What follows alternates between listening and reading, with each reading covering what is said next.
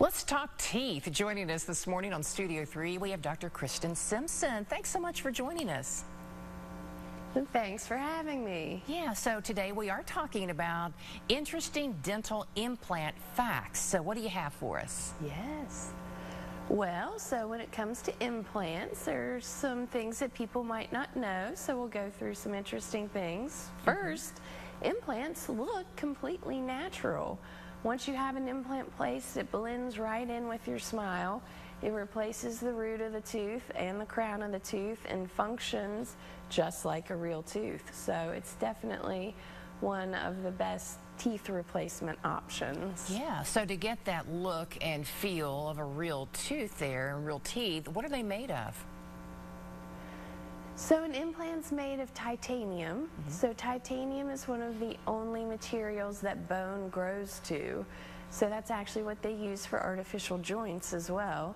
So once you place the implant, the bone grows around it and integrates so that it heals into the bone and stays stable. Okay. Can you still get a cavity with implants? Well, that's an interesting thing, and you cannot. Of course, it's the titanium connected onto like a porcelain crown on top, so you cannot get cavities. However, you can still get gum disease. So it is important that you're still maintaining good oral hygiene with implants to keep those gums healthy around them. Oh, yeah. Can getting an implant preserve the bone and even stimulate its growth? It does, definitely. So, once you lose a tooth, you start to lose that bone that was surrounding the tooth. In that top picture is what you see. It just shrinks away. In the bottom picture, once you take the tooth out, if you get the implant right in its spot, it holds that bone there, and then it continually stimulates the bone to help it to stay there. Oh, okay. How many people would you guess are missing a tooth? Well, actually, there's about 69% of the population that's missing a tooth. So, it's a very large number of people. Between the ages of 35 and 44 is where they got that statistic of 69%.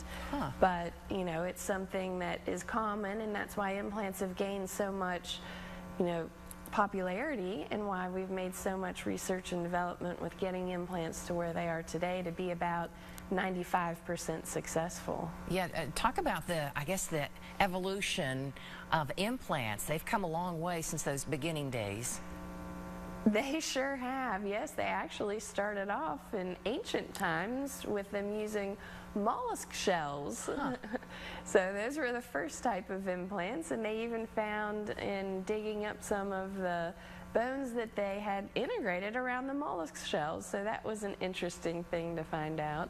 But of course nowadays we use titanium, and that titanium is a lot stronger, and with all the research and the different ways to make that outside material of the titanium better and more safe for patients. Oh, yeah.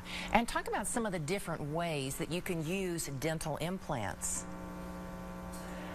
So you can use them in lots of different areas of the mouth depending on how many teeth you're missing, where the bone is. You can use it for a single tooth, you can use it for a bridge, replacing a couple teeth, or you can use it to support a whole denture. So many different designs and ways we can use them. It all depends on where the bone is and how many teeth you're missing. So, once we take a look and get that CT scan, we'll be able to come up with all the options for the patients. Who would be a candidate for this? Like, can anyone who's missing a tooth or a couple of teeth get this?